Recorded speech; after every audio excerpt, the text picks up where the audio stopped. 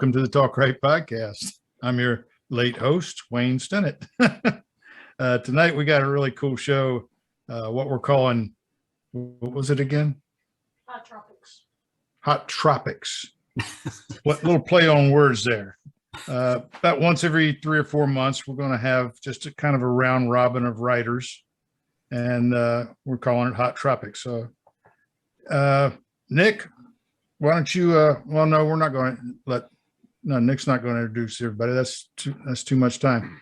We'll just go around, and Nick, you introduce yourself and what books, well, hi, what books do you write? I'm the TalkWrite podcast co-host, Nick Sullivan. A little contest for those watching. Can you tell which of us live in the North and which don't? It has something to do with red flannel. Well, actually, but Stewart's got a nice double layer there, and he's in Minneapolis, so we're going to pretend he's got red flannel on him. But I'm Nick Sullivan, narrator and author, and let's continue around the circle, which might be different for everyone. So Wayne, why don't you pick the next person? I'll pick the next person. Don, tell us a bit about yourself. Where are you at? You pick the next person. I'm doing things on the computer. Okay. Don Rich. That's why you always do the introductions, Nick. I know, as soon as I turn it over to you, our Brady bunch I got stuff to do different. On here. Don Rich, where are you right now? Another book right. Hey, I'm Don Rich. I'm just west of Charlottesville, and I've got John Cunningham on my screen. Go ahead, John. Oh, hey, how's it going, everybody? Yeah, I am. I'm not in Key West, as you can tell here. I'm up in Northern Virginia, in my writing barn in Loudoun County, and yeah, we had a little bit of snow today, as did Don down in Southern Virginia. So, just hanging out. I will lose that. Let's go to Armand Rosamilia. I'm looking at the Jaws. I love that shirt. One of about 10. I'm in cold 52-degree Jacksonville, Florida, wearing shorts and a t-shirt as usual. But I do not miss that Jersey snow and that weather up there. That's why I moved out here 20 years ago. Stewart Matthews. You, I believe, are in Indy. Yeah, that's the rumor. You know, if any of the feds ask, that's where I'm at. Yeah, I'm in Indianapolis. It's very cold. It was very warm a week ago. Warm enough that I could walk around in my garage with just my shorts on. It was really nice. And then when I went outside, you know, I, of course, took those off, and because, you know, I'm very free. You know, my neighbors love it. So anyway, yes, that's where I am. And finally, Nicholas Harvey. I can tell you're somewhere warm. Yeah, you made me follow shortlist, Stewart. Thank you. I'm in Key Largo, yeah, where we've just had a cold front, which got it down into mid-70s. So I would have pointed it out the window, but it's just got dark outside. Yeah, I live here with my wife, Cheryl, and I'm the author of the A.J. Bailey Adventure Series and the Nora Summer Caribbean Suspense Series. Awesome.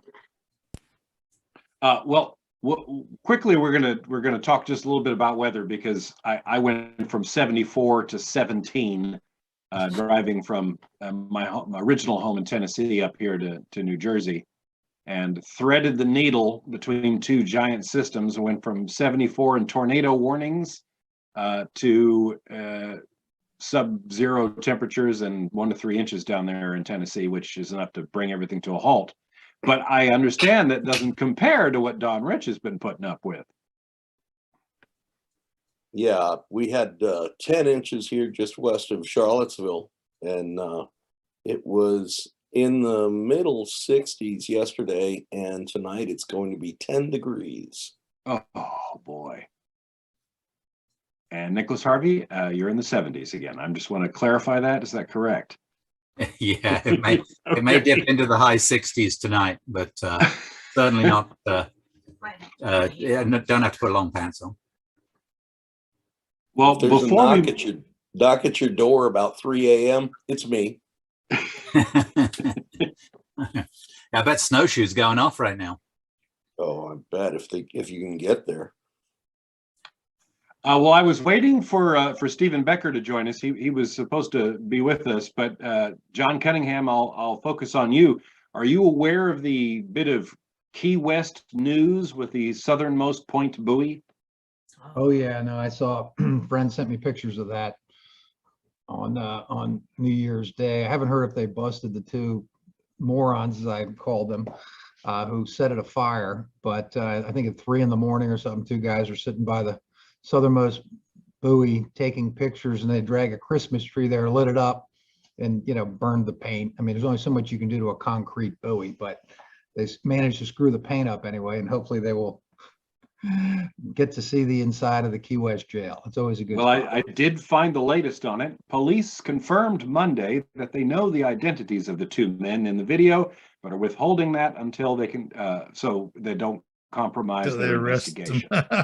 Yeah. Good. Good. Well, I feel that's unfair because, when you're in Key West, where are you supposed to dispose a Christmas tree?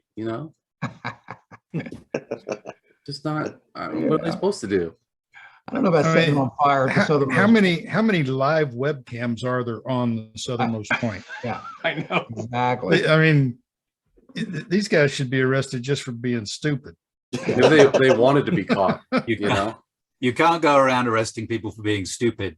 There's not enough jail room. I know. That would be one way to control the street traffic in Key West, though. That wouldn't be a bad idea. John, when are you going to grow a beard? Me? Yeah, look around you. I know. Yeah, you're the only person here without man hair. Well, I shaved this morning. I had about 4 days of growth, and I was thinking about doing it, but too damn itchy. I don't know why you guys put up with that stuff. You got to get through the itchy phase. Yeah, you get past Oh, the itch. yeah. Once you're past it, it's smooth sailing. Mm-hmm. I shaved in August, and usually by 2 days after I shave, the itchy part's gone. Wayne, you should look like me because you used to shave every time you published a new book, which is pretty much, it seems like twice a week No, right now. that's true. Well, the last book was August. Well, no, the two recent ones, but I don't shave for the winter books. This keeps me warm. I hear you. I don't live in the Keys. I just write about the Keys Now, do you shave when it goes to the editor, or do you shave when it's released?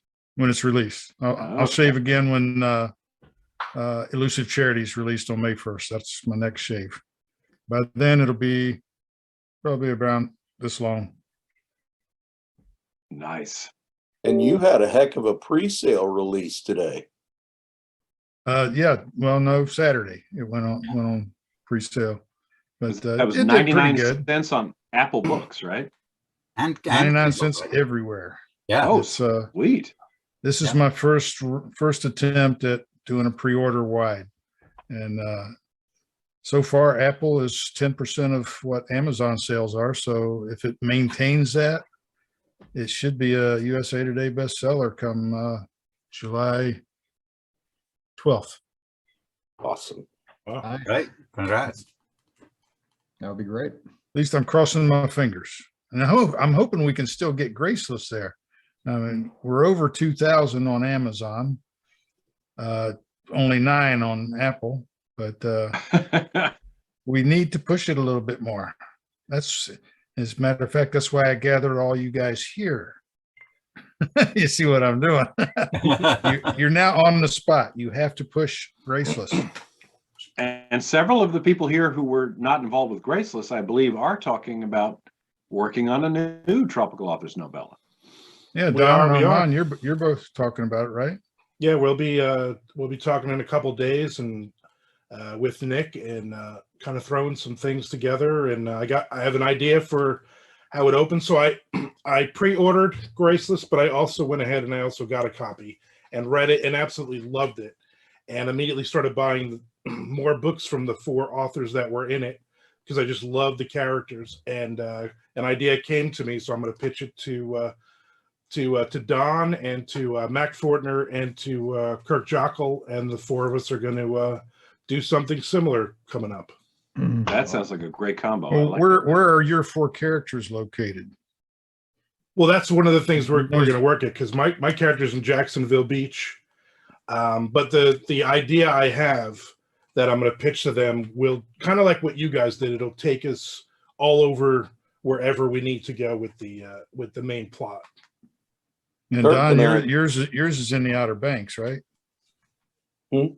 Kirk and I, mine's on Eastern Shore of Virginia at the tip. Okay. But Kirk and I have been talking about bouncing characters back and forth because his character is out of the Navy and spent a lot of time in Norfolk.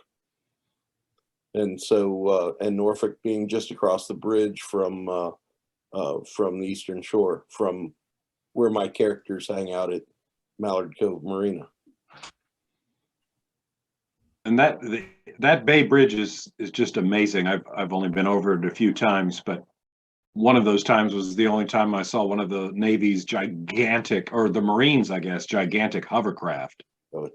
I could hear it out the window. I'm like, what is that? And I looked down and this monster is going underneath the bridge.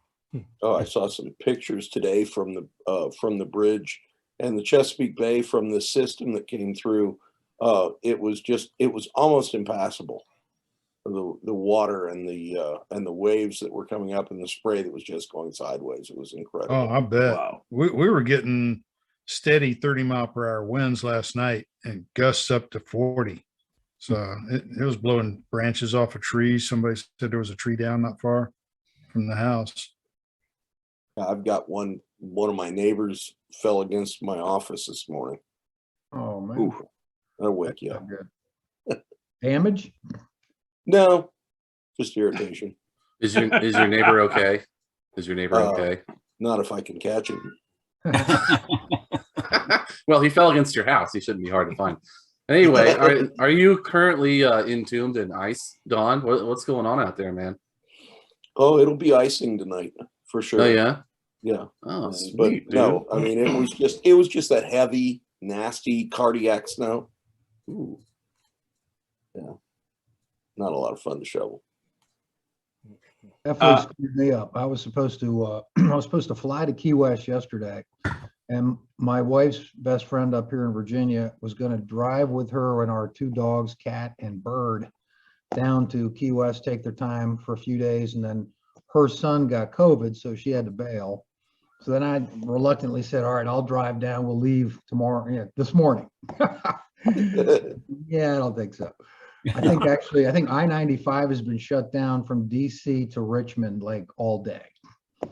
So yeah, Oh man. glad I'm not sitting in the car. Mm. And a lot of flights. I used to drive out of Richmond for Metromont, building those big parking garages, concrete. And man, when it snowed there, it just shuts everything down. Yeah. They don't people around here really don't know how to drive in the snow very well. Well, I'll tell you what, I want to, since we got everybody here, everyone give me just a quick description of what you're working on currently. If you have a release coming out, tell me about that. If you've just fired up a new novel, tell us what you are allowed to. But I'd love to just quickly go through that. Armand, I know you've got one coming out pretty soon, and I think it's the starter of a new series? Yep, this is a brand new First Coast thriller series. It ties into my Dirty Deeds series. It's set in the same world, so you see a couple of the cameo characters back and forth in both series. So we have a 6-book series. I'm doing rapid release. January 15th, February 15th, March 15th is the first 3 books, and then every 3 months after that for the last 3 books. And it's more in line with what you guys are doing. It's not a tropical book, but there are boats. It's about an ex-cop who's a repo man who gets sick every time he steps onto the water, and he has to go out and repo some cartel speedboats. Is basically how it more or less starts, and it's set here in Jacksonville and especially Jacksonville Beach area. So, like I said, it ties in with some of the other stuff that I've been doing, and I'm real hopeful. I've gotten a lot of pre-orders on it, and it's probably going to be my best release I've had in probably about 5 or 6 years. We're That sounds slowly vaguely bringing familiar, you- doesn't it, Stewart? Well, Well, Armand, I think, has a bit more. It sounds very different. In fact, aside from name, I think that it looks really interesting. I want to see it, man. I do. Appreciate it. We're going to bring you over from the horror side here. Oh, In I'm, fact, I'm Yeah, firmly buddy. going over from the. I'm about done after 30 years of the horror side. I would point out that you're wearing a transitional T-shirt with a maritime creature Right, feature on you lit there. in That's both right. worlds right there. Yeah. Slowly. Yeah. Yeah. Good eye, Nick. Don, I loved Coastal Curse. I put it in my newsletter recently. But you've got something I think you're well into your next one, right? I am. I'm Coastal Jury. A friend of mine got picked for the grand jury on the western side of Virginia, and I started. She was telling me some things that are involved with it, and she can't tell me a lot because it's ultra secret. And so that gave me the idea to start with this one. What happens when somebody becomes a grand juror and accidentally lets a bad person know about it? And so anyway, that's Coastal Jury, and and if you know, and you guys know my books. There's always going to be fishing. There's always going to be drinking. There's always going to be boats, and then there's the plot. And so That's not the Coastal plot? Jury. And I'm going to. I was actually going to put it out in late January, and but now I'm putting it off because I don't want to commit suicide. I'm putting it off until several weeks after Graceless. So. Don, we want you to live too. I'm just gonna speak up for everybody since nobody's saying anything. He killed all of us. We're all rooting for you, I buddy. know. We're all dead. Yeah, You we gotta all get owe through him this rough debt. part. Payback's your hell, baby. Hey, worked. I thought my death was very tasteful, Don. By the way. Well, thank you. Oh, I didn't even see my death. Oh my God. Oh man. I gotta read that. Well, Stewart, since you're talking and since you're next in my lineup of pictures here, Oh. I loved Repo Man, and maybe I'm a little biased having narrated it, but Yes. what do you have next on the horizon? Well, I'm trying to keep in with my theme of writing mysteries for people who really tried to apply themselves, but still flunked out of Sunday school. So this next one I have is, same character, Critty Marston, who and I don't know, Armand, if you picked up on it earlier, Wayne was alluding to the Repo Man part. So When I saw your cover came out, I immediately messaged you like, "Holy crap! Somebody else is writing this book, and I just finished my first one." But they figured sound I'd- very different. They sound they're very very different. different, which is good. Yeah. Yes, title aside. But so this next one follows the same guy, Critty Marston, who stylizes himself as kind of a Ronin.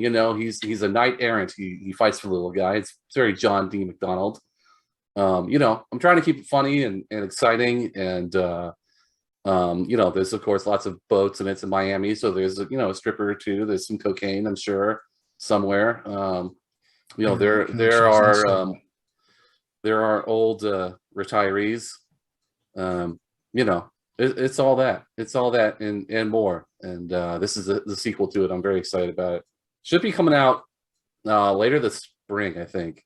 Mhm. Probably around March, somewhere around there, end of March, maybe early April. I was supposed to actually turn it in today to my editor, and I didn't because it's not done.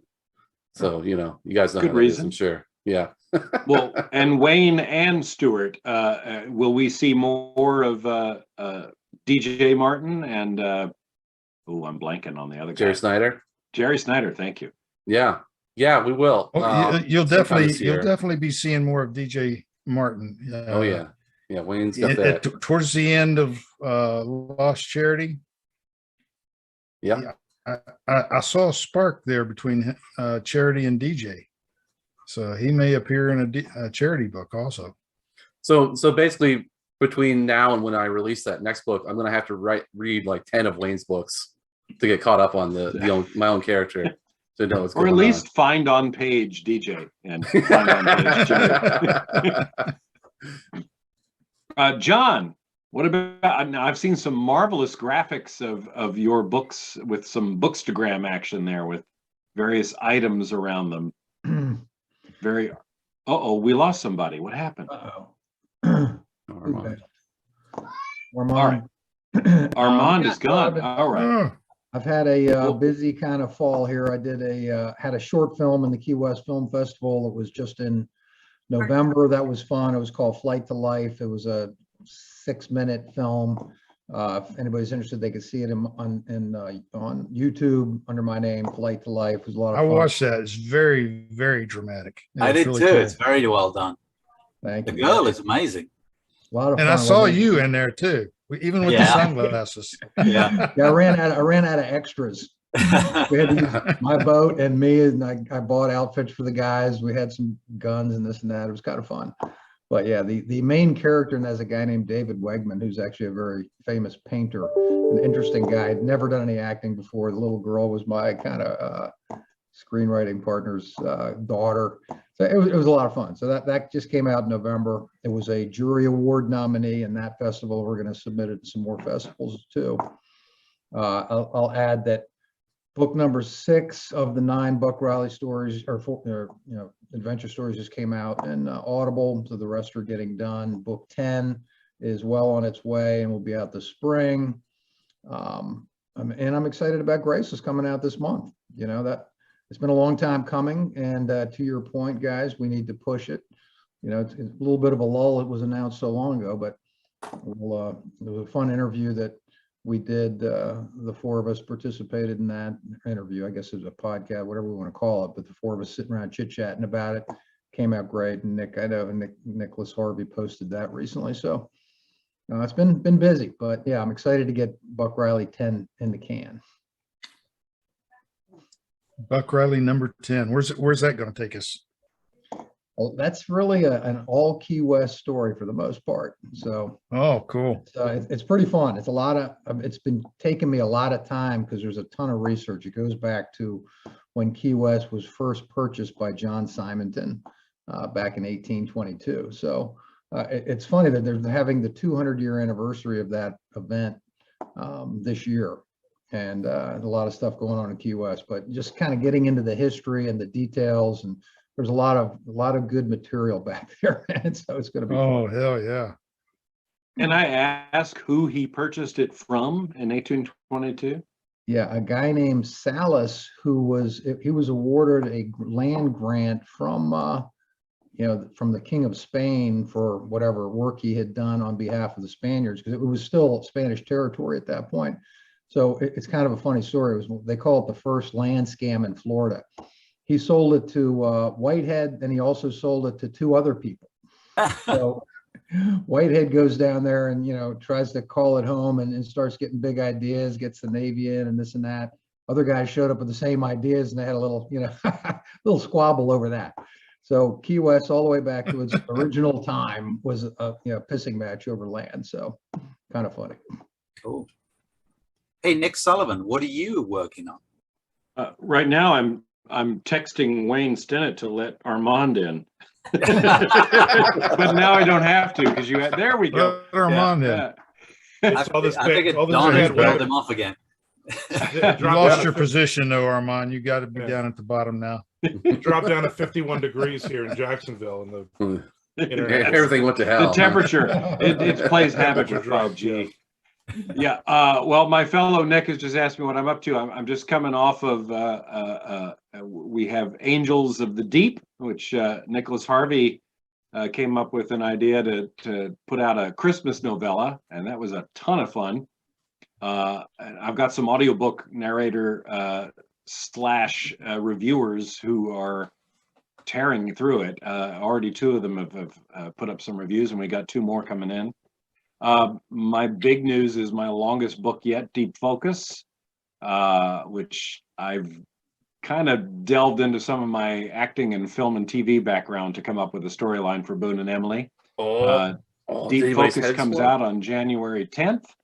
And then, of course, we got Graceless on Feb 1st. So there is a lot on the plate. I got an early Oh. copy of that and I am digging it. It's really, really cool. Yeah, he called me today and kind of wondering about Boone taking his capoeira against Jesse's Krav Maga. And I was like, I love my Boone guy, but I think he would do his sparring, best. not as in real battle to the death or anything. I know, but Krav Maga is hard to spar with, dude. Because Well, it's it really is to meant the death. destroy you. Yeah, I think Boone would spend his entire fight just trying to keep away from Jesse, and it would not end well.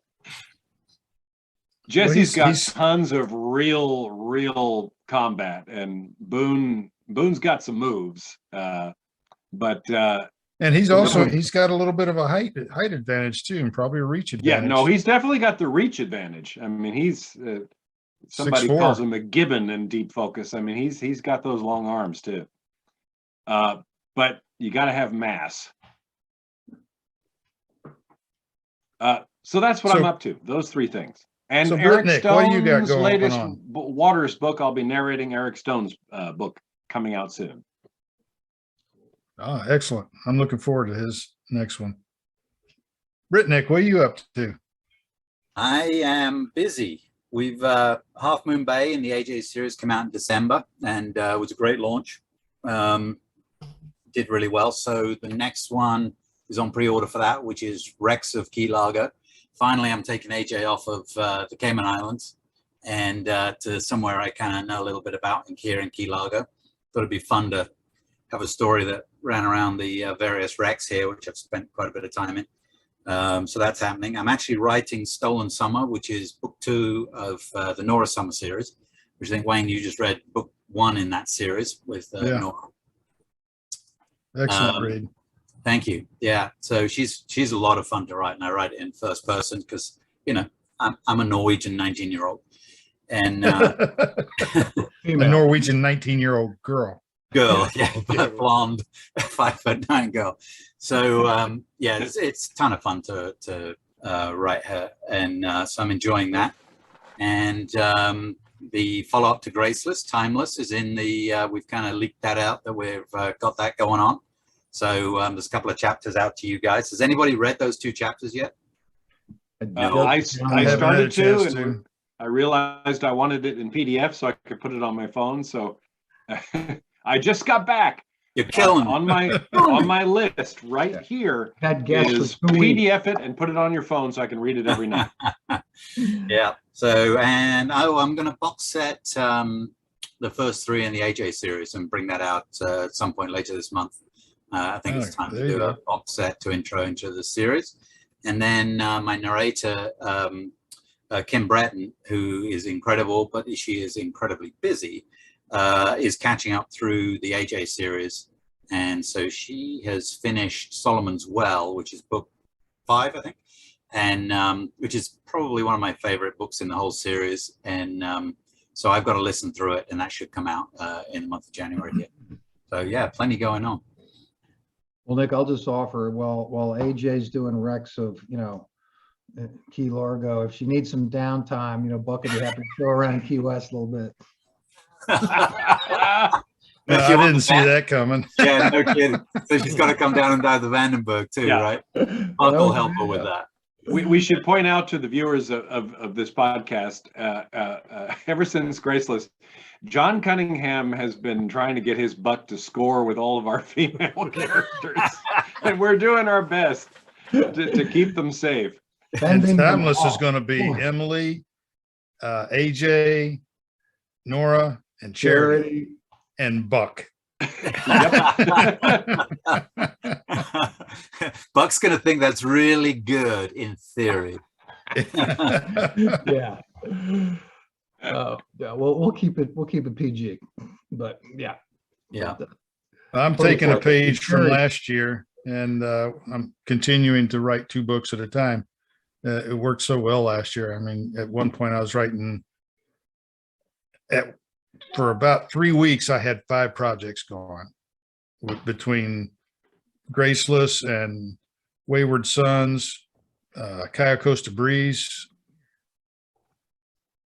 Lost Charity and Steady as She Goes. And so this year I've already got Man Overboard. The 23rd book in the Jesse series is on pre-order, and pre-order will start the 1st of February for Elusive Charity. Elusive Charity is already over 20,000 words, and I'm about 10 or 15,000 in the Jesse book, but it doesn't come out until July. So I got a lot more time. So I'm putting my priority into the charity book and writing a little bit on the Jesse book on the side. And then when Timeless comes along, I'll jump in there and be writing 3.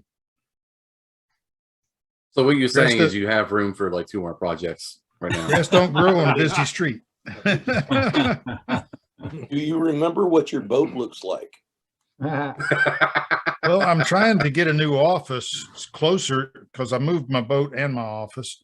So I no longer have the view I had, and my boat was right there at the marina where my office was, but now my office is closer to home and my boat is farther away. So I'm trying to locate some office space downtown Beaufort and move there so I can see my boat from time to time.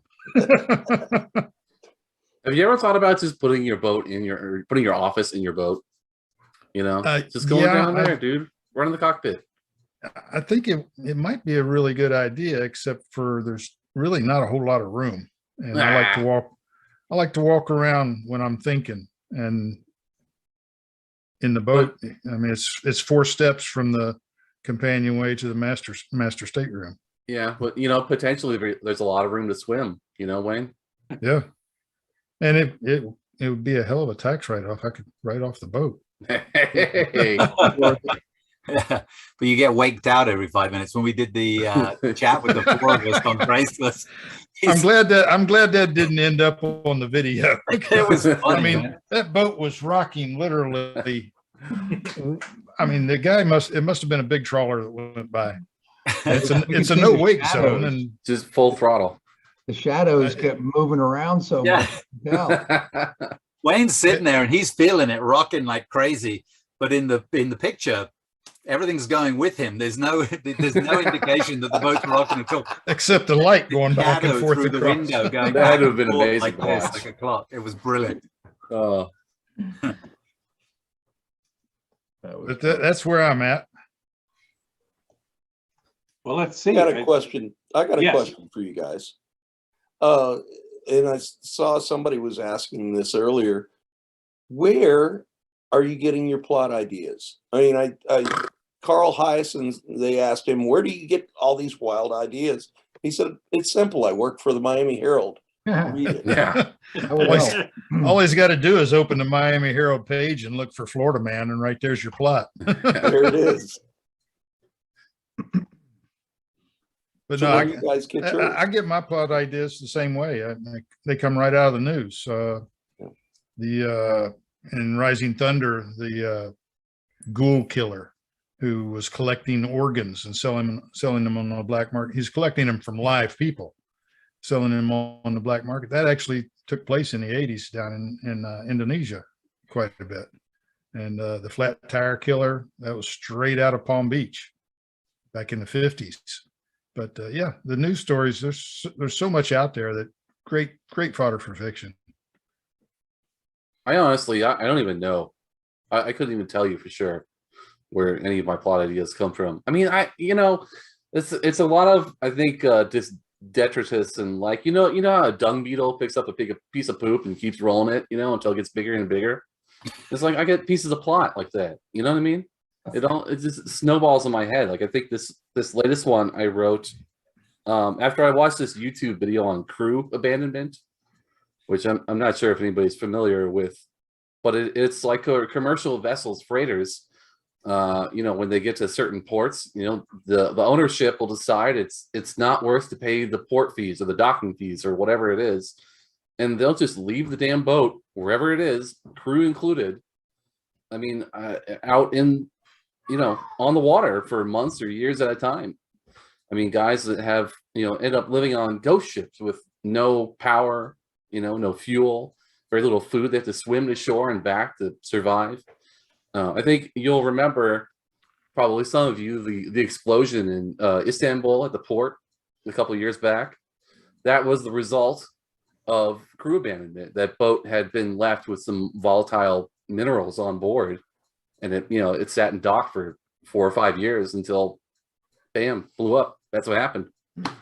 Happens all the time. It's a terrible thing. I read about it in the I think it was the international like maritime freighters trade unions like that. They have this whole hotline set up where you can call from anywhere in the world at any time of day, and they'll hook you up with a lawyer to try and get you out. And most of the times getting you out doesn't happen for 6 months, a year, something like that, and you're stuck on a boat. Good luck. If you subscribe to the Tropical Authors newsletter, you might have seen the story about the grave robbers in the South Pacific. Looters are dismantling sunken warships, and one of my readers suggested I needed to send Jesse down there. So it might happen. That would be great. I had heard about that a few years ago. I'm a bit of a World War II naval buff because I had like 100 model ships when I was a kid. And the early cruiser battles between Japan and these multi-allied groups that were just disastrously led. The Dutch and the Australians, the British and the Americans all together, and the Japanese just kicked the crap out of them. But those ships, I was always curious, well, whatever happened to the Dutch De Ruyter and some of these ships? And apparently the results of several of these battles around Indonesia have just been picked clean. They find them, and I thought, well, do they sell them to people who are interested in artifacts and such? But apparently no, they're going for scrap metal. It's just crazy. And they're finding human remains on the what's left of the ships. Yeah, and that's horrible. That sounds well. cool.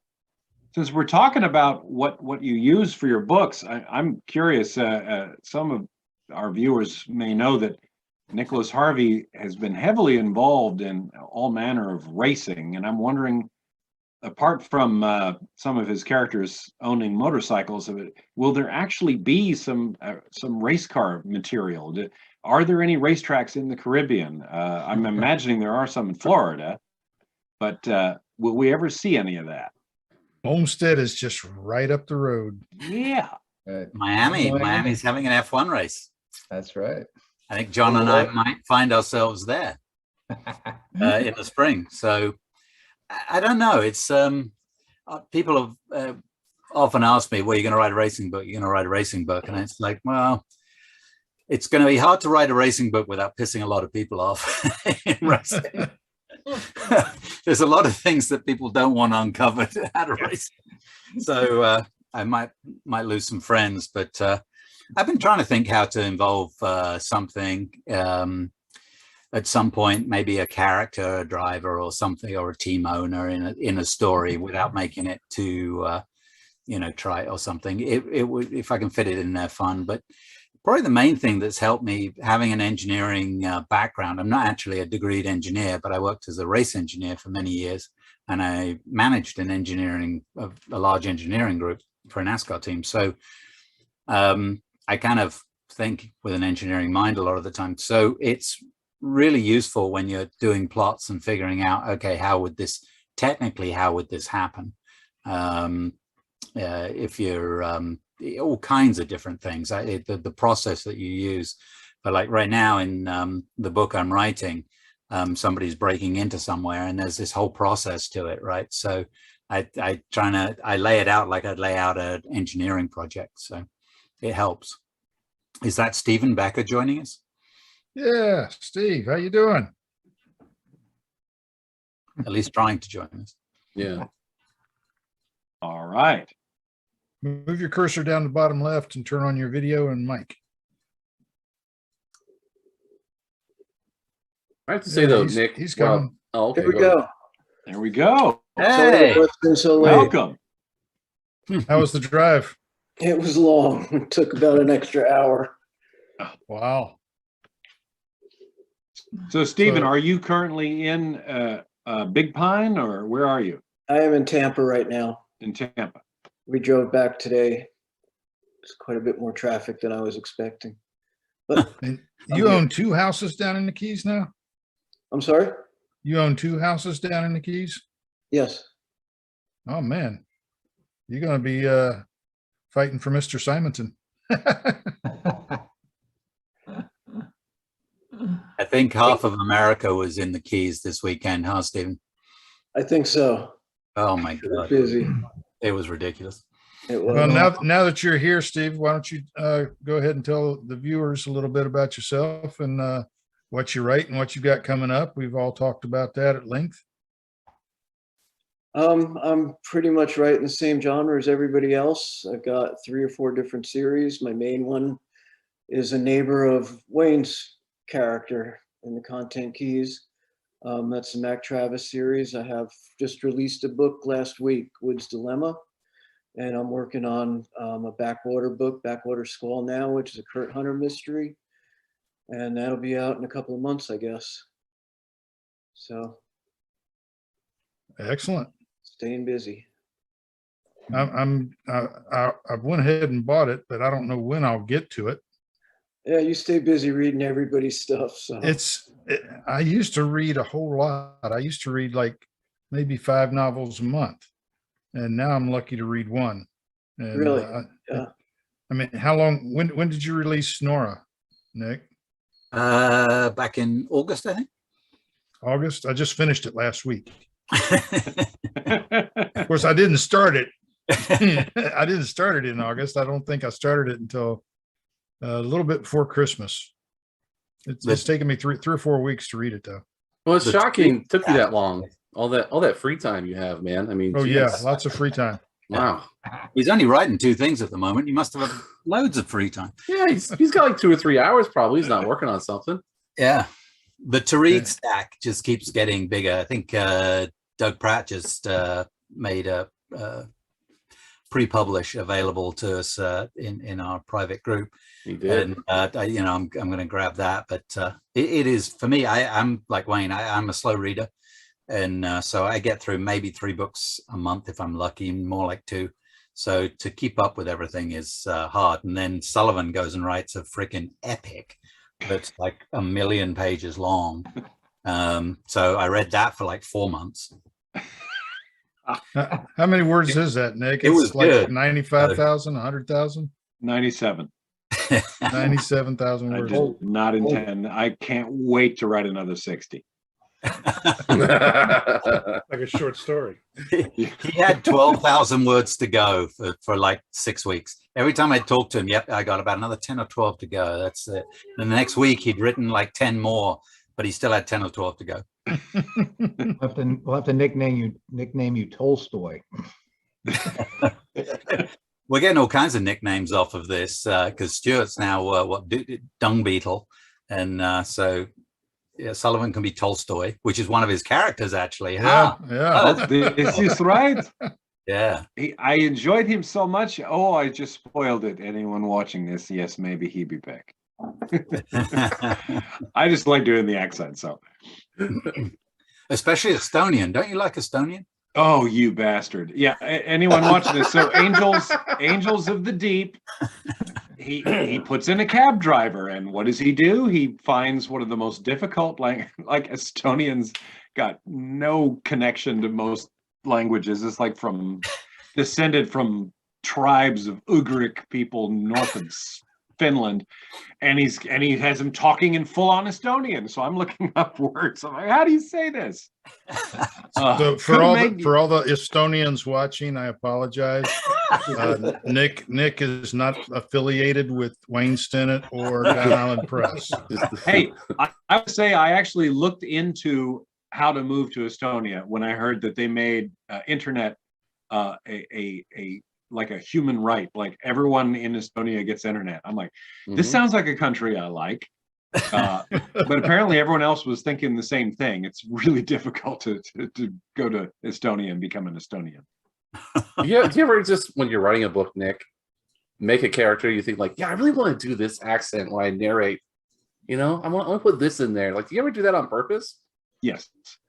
Oh, Nick does. Absolutely. I write characters to try to stump him. That's my goal now. Mhm. If it sucks, it's your own fault. That's the problem. Yeah, I've told them, don't give me someone from Boston. It's going to sound terrible. Oh, well. It's funny. Kyle Tate does my audiobooks, and I'm real happy with him. I love him. He's a great guy. I have two that were partially set or fully set in St. Bart's, which is a French island, and the last book had several scenes in France. And he called me terrified. He's like, man, I can't do French. I can't do a French accent. I'm like, come on, it doesn't get any easier than that. Estonian? Come on, give me a break.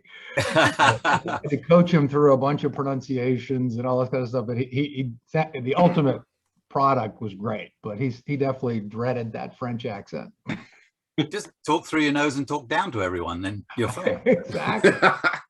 Go ahead, Wayne. Do the disclaimer. We gotta remember old Brit Nick here, the French. Yeah, I was saying, you're British, man. They already don't like you. I mean, you they really don't can't like help themselves. Yeah. The French don't even like themselves. How can anyone like the French? Go to St. Bart's, that's all I can say. Yeah. Well, my ancestors are French. Oops.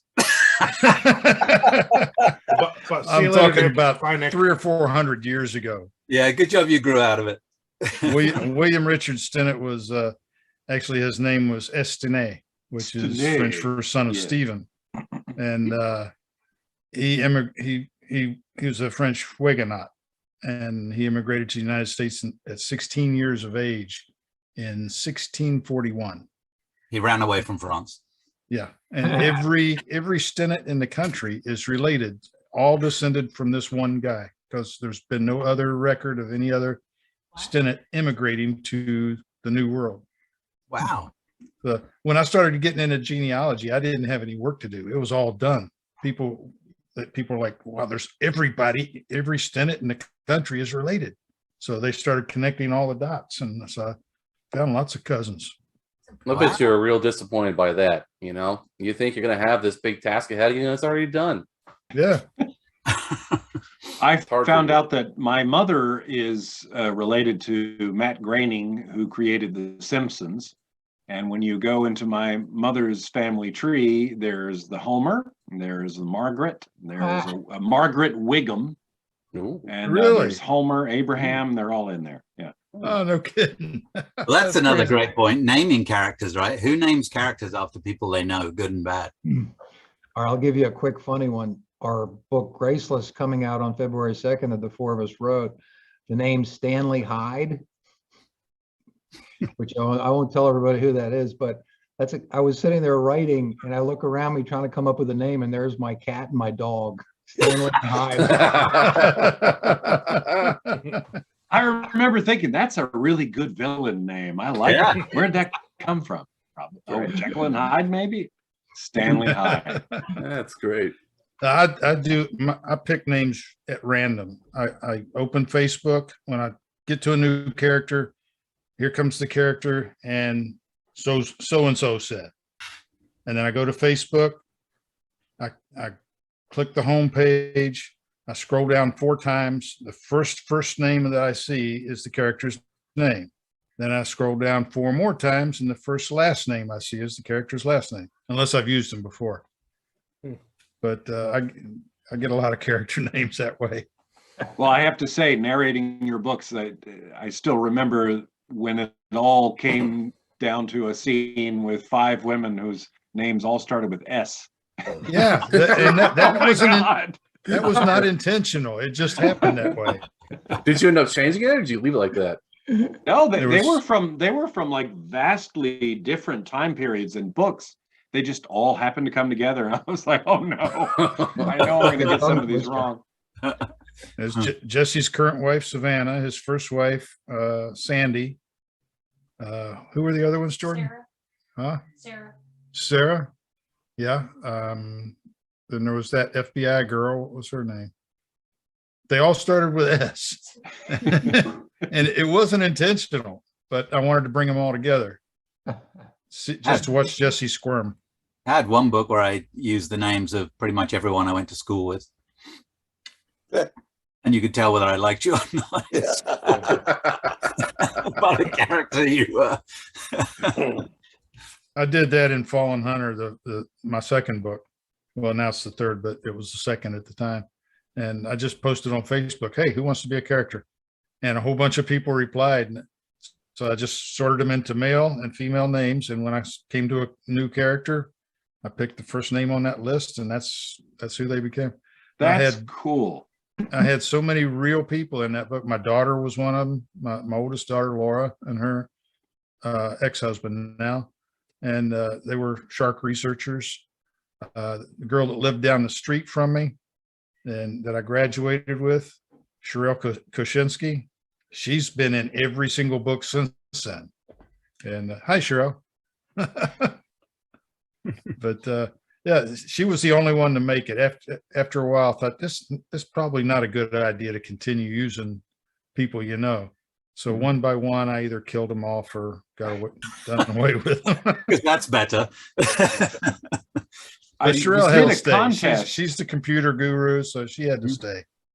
He still has I did a contest once where I let people, I said, do you want to be in the book? Only one of your names will be in the book. And anyone that applied, I separated the first names and the last names into male and female and last names into another hat. And I just combined names. So I had 4 winners with 2 last names and 2 first names. That was kind of fun. Oh, that would be, yeah. I had a contest once to name Jesse's airplane, the first one, the Beaver. And I got so many responses to that. I must have had 600 or 700 emails. And probably half of them were Island Hopper. So Island Hopper became the name. It's fun involving your readers like that. They get a kick out of it. I do. I write live on Twitch 3 days a week with basically, I'll do a short story, and usually like 2 or 3 short stories during the week. So I'll have 15 or 20 people that'll be in the chat watching me talking and stuff. And it's literally, I have a title and a general idea, rough idea of like, all right, I'm going to write a horror story, I'm going to write a thriller story, whatever.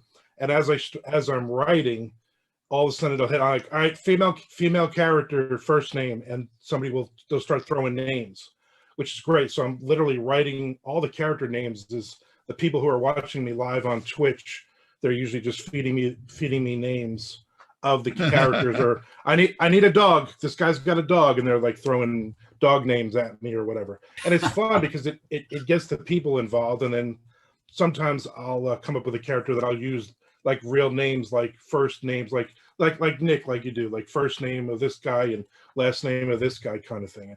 It's a lot of fun because it forces me to just focus and concentrate and literally write off the top of my head without knowing anything about the beginning, middle, or the end of that short story. And you know, some of them are actually good. Some of them actually have sold after that, which is good.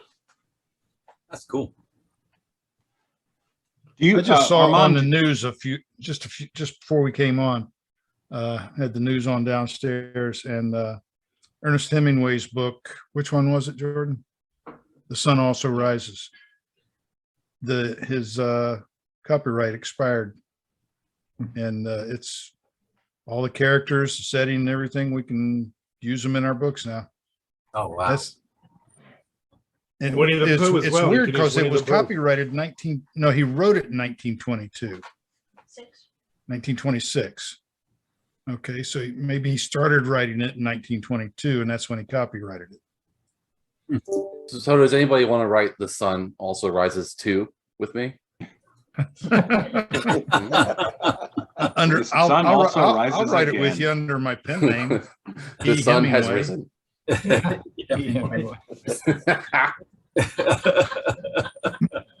Hey, Armand, let me ask you. You mentioned Twitch in these short stories. Did you release something in Vela? Is that what it was called? Yeah, I have I guess it's kind of like a superhero thriller story that I had originally written on Patreon called Plan C, and then I released it on Vela. It actually finished up a couple of weeks ago. So let us know, because we have a lot of viewers who are writers as well. And a lot of us have talked about Vela. I don't know. What do you think about Vela? Billions and billions of dollars is not coming my way from it. Okay. I literally will make, so I release another chapter every Friday, and then the last, say, 3 months I release 2 chapters. So I have 47 chapters of the story is up, and you make like $1 a week if you're lucky, but then they give you bonuses every month of like $60 to $100. So I'm like, well, I'm still making I'm making like $101 last month, $1 in sales and $100 in a bonus. And it's a story that's already been released, was already released on my Patreon, that I collected money from that as well. And it's a weird book, and it's not really something that I'm like, I want to release now as part of, along with some of the stuff that I'm writing now. But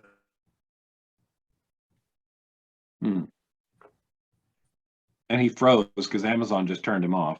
Yeah, he's so. Did we lose him? He absolutely. He was The giving away the Zon Vela has struck. secrets. Yeah. Yeah. He couldn't pay his Okay. debt with that Well, one. he's still partly there. His camera's off, but his name's still there. Well, Stephen, let me ask you, since we're asking things that are of interest to authors right now, you've really made use of Chirp in a way that some of us haven't with the audiobooks. How is that doing? Do you have a plan of how you set them up in terms of pricing? Do you go for Chirps every month? I go for chirps on every book that I have in there. They're deals every month, and I check off every price that they offer. And I've been getting one like every other month, and those months it works. It's really good revenue. The months that I don't have them, it's quite a bit less than ACX. And then I'll discount the rest in the series to go with that. Do a little bit of BookBub ads that seem to work better for the audiobooks than they do for the regular ebooks. Yeah, I've noticed that. Yeah, and their deals, when you get them, they work really well. They're starting to take 10% now. They're not free anymore. Oh, is that what the percentage is? Yeah. Yeah. Well, that's not bad. It's better than a flat fee. I mean, It is better. You make more, the better it Yeah. does. It takes the risk out of it. So Now, I I've still got a think it's chirp well coming worth up it. next month on the first book in the charity series. Yeah, I think I And have I'm another hoping one. that does really well. So BookBub just released the cost of the new releases for less on thrillers, which was a lot. It was 900 and something. They've dropped it to 700 now. 700. Oh, good. Now that I paid 1,000, then all right. They were just waiting for you, Nick. Timing Yeah, is- I know. We got Nick's money. Drop it. Yeah, drop it now. Got it. We got Sullivan. Yeah. So the regular BookBubs haven't changed, I'm sure, but Armand, welcome back. this weather is crazy. It's now 50 degrees here, Nick. It's Holy shit. I might have to put some pants on. I'm almost afraid to look. Yeah. We'll send you one of these red plaid shirts. I guess you're not in Key West, John. No, I was supposed to be there right now. I was going to fly down yesterday. That didn't work out. Going to leave today on the drive, and it snowed. So Yeah. not this time. hey, when you Your update on traffic doesn't sound too good for tomorrow. So. Oh, it was bad today. Wow. It's down to 46 here now. So it's When you it's come supposed to through get down Key Largo, into John. mid-30s tonight. Yes, when you come through Key Largo, John, say if you have time, stop and say hi. That'd be fun. I was about to say, Steve and Wayne and I hung out at the Smoke and Tuna one time when we were all down there together. Had a Yeah. good time. We need to wrangle everybody together for a good little Tropical Authors, hangout in the Keys. Well, there's that cruise coming up in March that I've been talking about. Oh yeah. Yeah. I mean, it's a little pricey, but this ship is the ultimate so far as, I mean, it's not your regular cruise ship. This is a 4-masted schooner. Really cool ship. And you've got the whole boat? We've got not the whole boat. We've got, I think we've got 20 people, and it accommodates 140 passengers. Yeah. And it's 400 feet long. It's a really big ship, but you can, the bridge is open 24 hours. You can go up. You don't have to go on a guided tour or anything. You just walk into the bridge. You can climb up to the fighting tops and scan the area for other warships. It's going to be a lot of fun. Well, you know, the last time I went on a cruise, I died, thanks to God. As tempting as it is, Wayne. I promise not to kill you on this one. You got to watch those side excursions. They can be rough. I know Dan Mason and his wife are going. Cool. And quite a few of my readers are going. Well, Dan's on a cruise right now. That's right. Yeah, he took back-to-back cruising. His girl took a real long cruise. Mm-hmm. Well, we are in overtime now, guys. So nice. I guess it's time to head off and get dinner. Well, but before you kick off completely, do we have any questions from YouTube? I think most of the people that ask the questions are on here right now, but you might have one or two. There's only been 2 people on YouTube. Well, 3.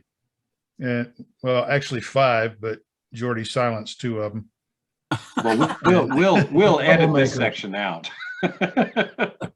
But no, there's no questions. Just a couple of comments. Kirk Jekyll is watching, and he says, "Good chat, y'all." But that's I guess that's about it. All right. Cool. Thanks for having us. Thanks for having me on and off. Thanks for being here, and for everybody watching, thank you for tuning in. For everybody who's going to watch it once it's uploaded to YouTube, we sure appreciate you. Thanks to my publisher, Down Island Press, Pirate Radio, our sponsor, How Not to Sail, Aurora Publicity, and of course, Tropical Authors. If you're looking for a good beach read, go to tropicalauthors.com, all one word, and you'll find all of us and about 29 more. So that's it. Good night, everybody.